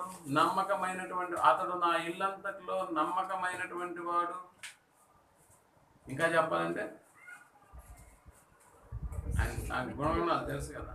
మోషే భూలోకం అంతటిలో మిక్కిలి సాత్వికుడు అన్న పదం మనకు కనిపిస్తుందా? మిక్కిలి సాత్వికుడు అంటే నిజంగా దేవుడు ఎరిగినటువంటి వాళ్ళ యొక్క లక్షణాలను మనం ఆలోచన చేయగలిగితే తిన్నటువంటి వాళ్ళ అదే కోవలో మళ్ళీ మరొక వ్యక్తి మనకు కనిపిస్తాడు. ఎవరైనా దావీదు. సో దావీదుల గురించి దేవుడు చెప్పినటువంటి మాట మనకు తెలుసు కదా. ఎక్కడ కనిపిస్తుంది? అపోస్తలుల కార్యం 13వ అధ్యాయమా. దావీదు మాటల గురించి మనం మాట్లాడుకున్నప్పుడు ఈ యొక్క వచనాలు మనకి ఏమైపోవాలంటే కంఠస్థం అయిపోవాలి. యెషయ కుమారుడైన దావీదును నేను కనుగొంటిని. అదేనా? 13:22 చదవండి. తర్వాత అతనిని తొలగించి దావీదును వారికి రాజుగా ఏర్పరచను. మరియు ఆయన నేను యెషయ కుమారుడైన దావీదును కనుగొంటిని. అతడు నా ఇష్టానుసారుడైన మనుష్యుడు. అతడు నా ఉద్దేశములన్నీ నెరవేర్చునని చెప్పి అతనిని గూర్చి సాక్ష్యం ఇచ్చాడు. అంటే సాక్ష్యం ఇచ్చాడంటే అతని గురించి తెలుసు. మన గురించి తెలుసు, మన గురించి కూడా తెలుసు. కానీ మన గురించి ఏం తెలుసు దేవునికి? నేను ఎరిగినానని చెప్పుకుంటాడు వీడు, కానీ వీడు చేసే క్రియల వల్ల నేను ఎవరో తెలియనట్టుగా ఉంటాడు. ఈ సంగతి తెలుసా దేవునికి? తెలుసు కాబట్టి నువ్వెవరో నాకు తెలియదు, గెట్ అవుట్ అన్నాడు. అంతేనా? మన క్రియల వలన ఆయన మనం ఎరగనట్టుగా ఉన్నామన్న సంగతి ఆయన ఎరుగుతాడు. అందుకని దావీదుని గురించి ఇక్కడ చెబుతూ దేవుని సంకల్పం అంతా అన్న పదం వాడుతున్నాడు. తన తరం వారికి సేవ చేసి దావీదు నిద్రించాడు అన్న పదం కూడా ఉంది. ఇంకా చూడండి, ఇంకా ఆయన గురించి ఏం రాశాడు? కీర్తనల గ్రంథము 79వ అధ్యాయం, 78వ అధ్యాయం 70, 71, 72 వచనాలు. ఈ రెండు చివరి వచనాలుగా మనకు కనిపిస్తాయి. 78వ వెంబడించుట మాన్పించి 70వ వచనం, 78వ అధ్యాయం 70వ వచనం. తన దాసుడైన దావీదును కోరుకొని, తన దాసుడైన దావీదును కోరుకున్నాడంటే ఇక్కడ ఎరిగినాడని కాదు. తన దాసుడైన దావీదును కోరుకుని గొర్రెల దొడ్లలో నుండి అతన్ని పిలిపించను. అప్పుడు దాకా ఏం చేస్తున్నాడండి దావీదు? అదనమాట, గొర్రెల దొడ్లలో నుండి అతన్ని పిలిపించను. బాబు, గొర్రెలు కాదు నువ్వు కోసుకునేది, ఇప్పుడు రా, ఇప్పుడు నీతో చాలా పని ఉంది. మనుషులు కాసే గొర్రెలుగా, ఇప్పుడు మనుషులు కాసే అంటే గొర్రెలు ఒకప్పుడు నువ్వు గొర్రెలు కాసేవాడివే. యేసుప్రభువుల శిష్యులు కూడా అదే కదా. ఇంతకుముందు మీరు చేపలను పట్టేవాడు, మీరు ఇప్పుడు ఎవరిని పట్టాలి? మనుషులను పట్టాలి. అందుకని ఇక్కడ గొర్రెల దొడ్లలో నుండి అతన్ని పిలిపించను, పాడి గొర్రెలను వెంబడించుట మాన్పించి. పాడి గొర్రెలు అంటే గొర్రెలు కాపురం ఏం చేస్తాడంటే ఏది ఎప్పుడు సూలం అంటే ఇవేంతతో తెలియదు. ఆ ఈనేటటువంటి వాటిని జాగ్రత్తగా మళ్ళీ భుజాన్ని వేసుకొని మళ్ళీ పోతా ఉండాలి అన్నిటితో పాటు. అటన్నీ ఆ పని కాదు దావీదు, నువ్వు అవన్నీ పక్కన పెట్టేసాను, నువ్వు రా ముందని అన్నాడు. పాడి గొర్రెలను వెంబడించుట మాన్పించి తన ప్రజలైన యాకోబును, తన స్వాస్థ్యమైన ఇశ్రాయేలును మేపుటకై అతనిని రప్పించను. ఎక్కడి నుంచి రప్పించాడంట? ఇంక 2 ఏళ్ళు ఉన్నాయి ప్రభు, అవి చూసుకొని వచ్చేస్తాను, నువ్వు రా అన్నాడు. అంటే ఏం చేస్తాడు? పాడి గొర్రెలను వెంబడించుట మాన్పించి గొర్రెల దొడ్లలో నుండి అతన్ని పిలిపించను. ఎలా పిలిపించాడు? టైమింగ్స్ మీకు బాగా గుర్తొస్తుందా? టైమింగ్. దావీదు ఈ స్థాయికి రావడానికి దేవుడు అతన్ని ఎక్కడ ఎన్నుకున్నాడంట? గొర్రెల దొడ్లో ఉన్నప్పుడే ఎన్నుకున్నాడంట. అందుకని దేవుడు ఆయన్ని ఎన్నుకున్నాడు, ఆయన ఎరిగినాడు. కాబట్టే గొర్రెల మందలో నుంచి ఒకటి సింహం వచ్చి ఒక గొర్రెని పట్టుకోబోతున్నప్పుడు దాన్ని వెంట పరిగెత్తాడంట. సింహం వెంట పరిగెత్తి ఏం చేసినాడు? దాని నోరుని పట్టుకున్నాడు అంతే. ముందు పోయి ఆ నోట్లో ఉన్నది అది వదిలేసింది, ఈయన మాత్రం దాని నోరుని పట్టుకుని 2గా జీజ్ చేసినాడు. అయిపోయింది అక్కడ. ఎలుగుబంటిని అలాగే చేసాడా? అలాగే అంటే అప్పటి నుంచి టార్గెట్లో ఉన్నాడా? అప్పుడు ఎంతండి వయసు? బాలుడే కదా. మరి ఈ సంగతి ఎలా టైమింగ్ ఎలా కుదిరిందో చూడండి. తన అన్నలేమో యుద్ధ వాతావరణంలో ఉన్నారు.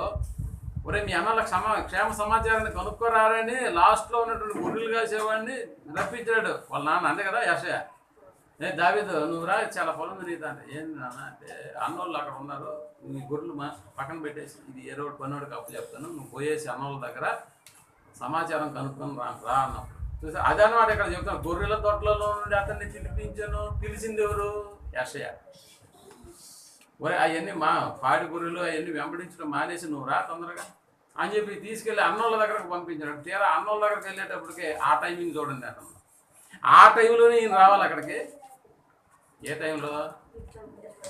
గొల్లియాత్ అనేవాడు ఉదయం సాయంత్రం ఒకసారి రౌండ్ వేస్తున్నాడు. డాక్టర్ రౌండ్కి వస్తుంది అప్పుడప్పుడు. పేషెంట్ చూసాను, డాక్టర్ రౌండ్లో ఉన్నాడు, కూర్చొని అంటున్నాడు. ఏ రౌండ్? ఇటు ఉదయం ఒక రౌండ్ వేస్తున్నాడు, సాయంత్రం ఒక రౌండ్ వేస్తున్నాడు. ఎవడైనా ఉన్నాడా అంటా వస్తున్నాడు. ఆ 40 దినాల్లో 40వ దినం పోయినట్టున్నాడు నాకు తెలిసి. దావీదు కానీ కోపం ఉంటే 41వ దినం అయింది ఆడికి. దావీదు కోపం ఉంటే 42వ దినం కూడా అయింది. కానీ ఆ 40 దినాల వరకు ఆడి యొక్క స్టేట్మెంట్ వీళ్ళందరూ వింటా ఉన్నారు. సౌలు కూడా గమ్ము అయిపోయాడు. సౌలు కూడా చాలా ఎత్తు ఆజానం బాగుడే, అయినా కూడా ఏమైపోయాడు? కూర్చొని వేస్తున్నాడు. ఆ 40వ దినం వరకు ఆడుకుంది. 40వ దినాన్ని అయిపోయింది. ఆడు అనుకోలేదు ఈరోజు నా సాగు ఉందని. నేను అనుకున్నాడా గొల్లియాత్? అసలు ఊహించలేదు. యథాప్రకారంగానే మళ్ళా అరుపులు, యథాప్రకారం మళ్ళా ఆర్డర్స్. ఎవడైనా ఉన్నాడా? ఈ రోజన్నా ఉన్నాడా అన్నాడు వాడు. మరి ఆ రోజు వచ్చాడు విచారణ చేస్తా ఉన్న సంగతి తెలియదు.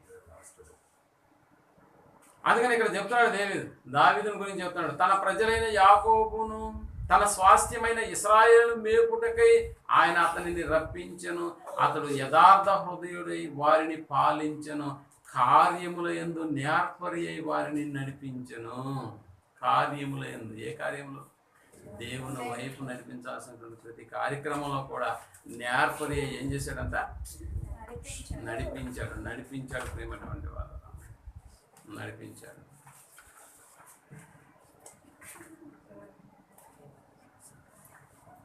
దావీదు విషయాన్ని మనం ఆలోచన చేస్తాం. మరి అదే కోవలో మనకు కనిపిస్తున్న మరొక వ్యక్తి యోబు.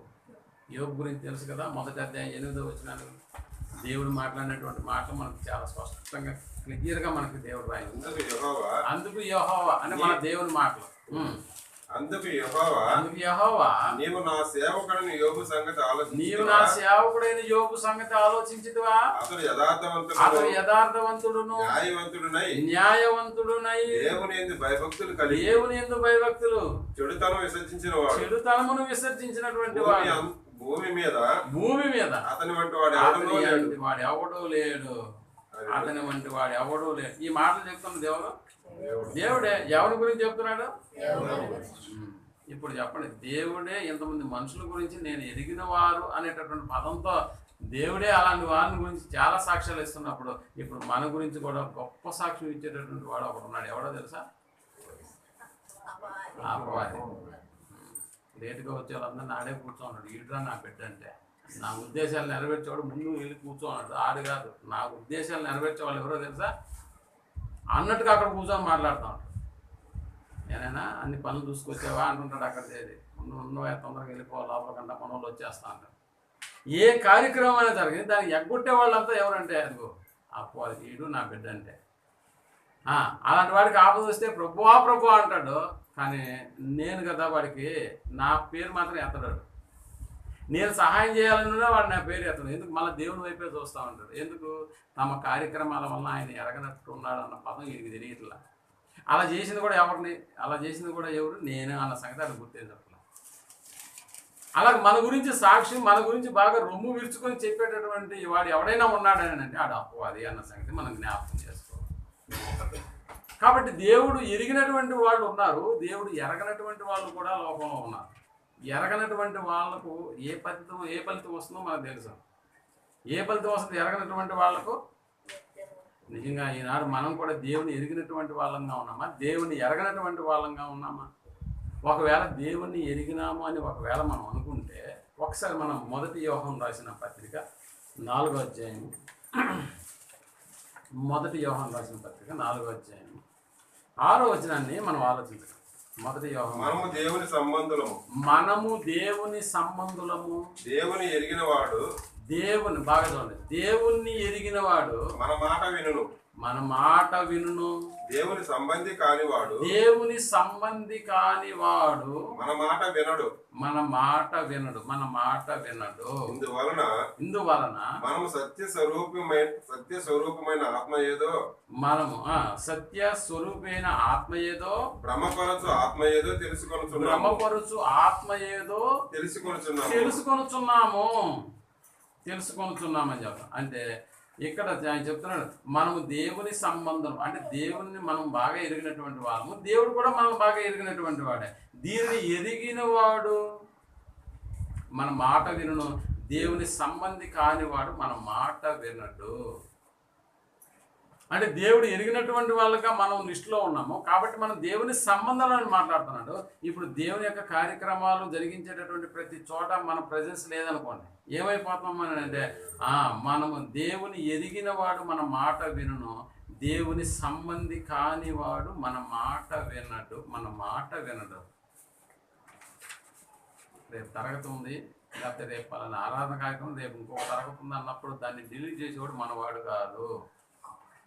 నాకు ఎప్పుడు పంపించాడు మెసేజ్, నాకు రాలేదు అనేవాడు మన మాట వినడు. ఇందువలన మనం సత్య స్వరూపి అయిన ఆత్మ ఏదో భ్రమపరచు ఆత్మ ఏదో తెలుసుకొనుచున్నాము అని 7వ వచనంలో, ప్రియులారా మనము ఒకరినొకడు ప్రేమింతుము, ఏలయనగా ప్రేమ దేవుని మూలముగా కలుగుతున్నది. ప్రేమించు ప్రతి వాడును దేవుని మూలముగా పుట్టిన వాడై దేవుని ఎరుగును అన్నారు. చూసారా? అంటే దేవుణ్ణి ఎరిగినటువంటి వాడు ఎలాగుంటాడని అంటే ఇదిగో ఒకరినొకడు ప్రేమిస్తాడు. ప్రేమ అనేటటువంటి దేవుని మూలంగా కలిగినది. ప్రేమించు ప్రతి వాడు దేవుని మూలంగా పుట్టిన వాడై దేవుణ్ణి ఎరుగుతాడు. దేవుడు ప్రేమాస్వరూపి, ప్రేమ లేని వాడు దేవుణ్ణి ఎరగడు. చూసారా? అటు ఇటు తిరిగి ఎక్కడికి వచ్చేసిందంటే ఇప్పుడు ప్రేమ అనేటటువంటి టాపిక్లోకి వచ్చేసింది. ప్రేమ లేని వాడు ఎవడంట? దేవుణ్ణి ఎరగనటువంటి వాడు, ప్రేమ లేని వాడు దేవుణ్ణి ఎరగడు. ఇప్పుడు దేవుణ్ణి ఎరిగిన వారు ఎలా ఉంటారు? ప్రేమ కలిగి ఉంటారు. ఇప్పుడు ప్రేమ కలిగి తమ క్రియల వలన దేవుణ్ణి ఎరిగినట్టుగా ఉంటారు. ప్రేమ కలిగినటువంటి దేవుణ్ణి ఎరిగినట్టుగా ఉండాలి, దేవుడు మనల్ని ఎరిగినట్టుగా ఉండాలి అని అంటే మనం చేయవలసినటువంటి క్రియలు కొన్ని ఉన్నాయి. ఆ క్రియల గురించే మత్తయి రాసిన సువార్త 25 అధ్యాయం 33వ వచనంలో చాలాసార్లు చదువుకున్నటువంటి వాక్యమే, అయినా కూడా సందర్భాన్ని బట్టి 25వ అధ్యాయం 33వ వచనంలో కుడివైపున గొర్రెలను, ఎడమ వైపున మేకలను. అప్పుడు రాజు తన కుడివైపున ఉన్న వారిని చూసి నా తండ్రి చేత ఆశీర్వదింపబడిన వారులారా రండి. నా తండ్రి చేత ఆశీర్వదించబడిన వారులారా అంటే దేవుడు ఎరిగిన వారులారా రండి అంటున్నాడు. ఎవరయ్యా దేవుడు ఎరిగింది? ఇదిగో ఈ కార్యక్రమాలు చేసిన, ఈ క్రియలు జరిగించేటటువంటి వారు అని చెబుతూ, లోకము పుట్టినది మొదలుకొని మీ కొరకు సిద్ధపరచబడిన రాజ్యమును స్వతంత్రించుకోండి. నేను ఆకలి కొన్నాను, మీరు నాకు భోజనం పెట్టితిరి. ఆ క్రియలు ఎలా ఉన్నాయంట? క్రియలు భౌతిక సంబంధమైనటువంటి క్రియల గురించి మాట్లాడుతున్నాడు. నేను ఆకలి కొంటిని, మీరు నాకు భోజనం పెట్టితిరి. దప్పిక కొంటిని, నాకు దాహం ఇచ్చితిరి. పరదేశినై ఉంటిని, నన్ను చేర్చుకుంటిరి. దిగంబరినై ఉంటిని, నాకు బట్టలు ఇచ్చితిరి. రోగినై ఉంటిని, నన్ను చూడవచ్చితిరి. చూసారా? ఈ కార్యక్రమాలను, ఇవి చిన్న చిన్నవే కావచ్చు, కానీ ఇలాంటి కార్యక్రమాలు జరిగించే ప్రతి వాడు దేవుని చేత ఎరగబడినటువంటి వాడు. కాబట్టి పౌలు గారు గలతీ సంఘానికి రాస్తూ మరొక మంచి మాటను చెప్తున్నాడు. గలతీ సంఘానికి రాస్తూ 4వ అధ్యాయం 9వ వచనంలో ఈ రకమైనటువంటి మాటను తెలియజేస్తున్నాడు. 4వ అధ్యాయం 9వ వచనం గలతీలకు రాసిన పత్రిక. ఇక్కడ చెబుతూ, ఇప్పుడు మీరు దేవుని ఎరిగిన వారును. మరి విశేషముగా ఎప్పుడు దేవుని ఎరిగినా మనము? 8వ వచనం, ఆ కాలం అయితే మీరు దేవుణ్ణి ఎరగని వారై. ఏ కాలం అది? బాప్తిసం తీసుకోముందు కాలం అన్నమాట. ఆ కాలం అయితే మీరు దేవుణ్ణి ఎరగని వారై నిజమునకు దేవుళ్ళు కాని వారికి దాసులై ఉంటిరి. వాళ్ళ చేత ఎరగబడి వాళ్ళకి దాసులు అయిపోయినాం. కానీ ఇప్పుడైతే అని చెప్తాడు, ఇప్పుడు మీరు దేవుణ్ణి ఎరిగిన వారు మరి విశేషముగా అందుకు దేవుని చేత ఎరగబడిన వారునై ఉన్నారు అన్నాడా? ఇంతకుముందు మనల్ని కూడా దేవుడు ఎరగలేదా?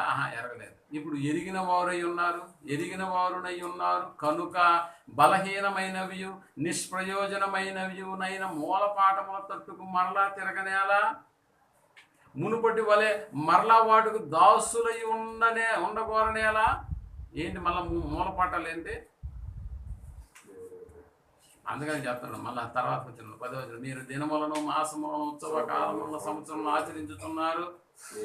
అంటే మళ్ళా పాత, మనకంటే ఇంతకుముందు దినాలు లేవు. ఎందుకంటే మనం ఉన్నది బ్యాక్గ్రౌండ్, మన హైందూ బ్యాక్గ్రౌండ్ కదా. అప్పుడు మనకేమి ఈ ఉత్సవాలు పండుగలు అనేటటువంటివి బైబిల్ చెప్పినటువంటి పండుగలు కాదు. ఒకప్పుడు అంటే పర్ణశాల పండుగలు ఇవన్నీ మనం మాట్లాడుకున్నాం కదా. అలాంటి వాటి వైపుకు గలతీలో ఉన్నటువంటి సంఘస్థులు వెళ్ళిపోతున్నారంట. కానీ ఒకవేళ మనం ఈ పండుగల్లో ఒకవేళ మనకు సంబంధించినటువంటి హైందవ, ఎందుకంటే అందులో నుంచి వచ్చినటువంటి మనం వాటిని వెళ్ళి మళ్ళీ ఆచరిస్తున్నాం అనుకో.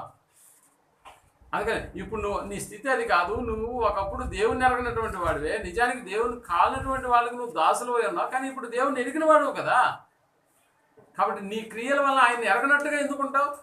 నీ క్రియలు ఎలా ఉండాలని చెబుతూ, ఇదిగో ఆ క్రియలు అలాగుంటే నువ్వు దేవుని చేత ఎరగబడినటువంటి వాడు అన్నట్టు. మరి విశేషంగా దేవుని చేత ఎరగబడిన వారుగా ఉన్నారు కనుక బలహీనమైనటువంటి నిష్ప్రయోజనమైనవి ఆయన మూలపాఠముల తట్టుకు మళ్ళీ నువ్వు ఎందుకు వెళ్ళిపోతావు?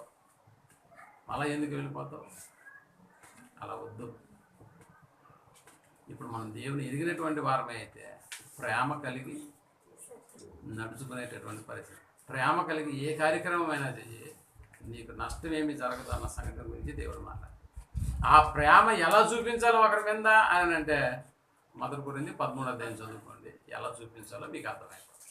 కాబట్టి దేవుడు ఎరగనటువంటి వాళ్ళు ఎవరో మనకు అర్థమైంది. దేవుడు ఎరిగినటువంటి వాళ్ళు ఎవరో మనకు అర్థం.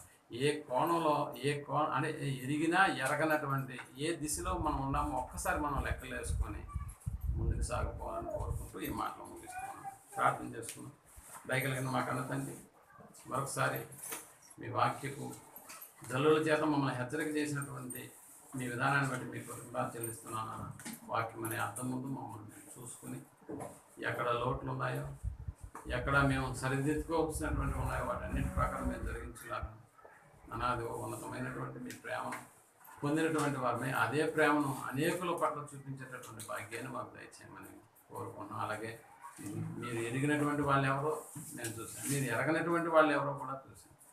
వాళ్ళ యొక్క పర్యవసానం ఫలితం ఎలా ఉంటుందో అన్న సంగతిని కూడా మేము తెలియజేస్తున్నాం. మీ కృపను బట్టి మేము అటు ఇటు కానటువంటి వారంగా కాకుండా ఏదో ఒక పక్కన మేము ఉండి మిమ్మల్ని గణపరిచి మీ చేత ఎరగబడినటువంటి వాళ్ళుగా ఉంది అలాంటి కార్యక్రమాలను మా జీవితంలో జరిగించేటటువంటి వారంగా మేము ఉన్నట్లుగా సహాయం చేసి నడిపించమని ఈ ప్రార్థనను మా రక్షకుడును మీ ప్రియకు మాడేటువంటి యేసు ప్రభువుల వారి నామములో ప్రార్థించి అడిగి పెట్టుకుంటున్నాం తండ్రి. ఆమేన్.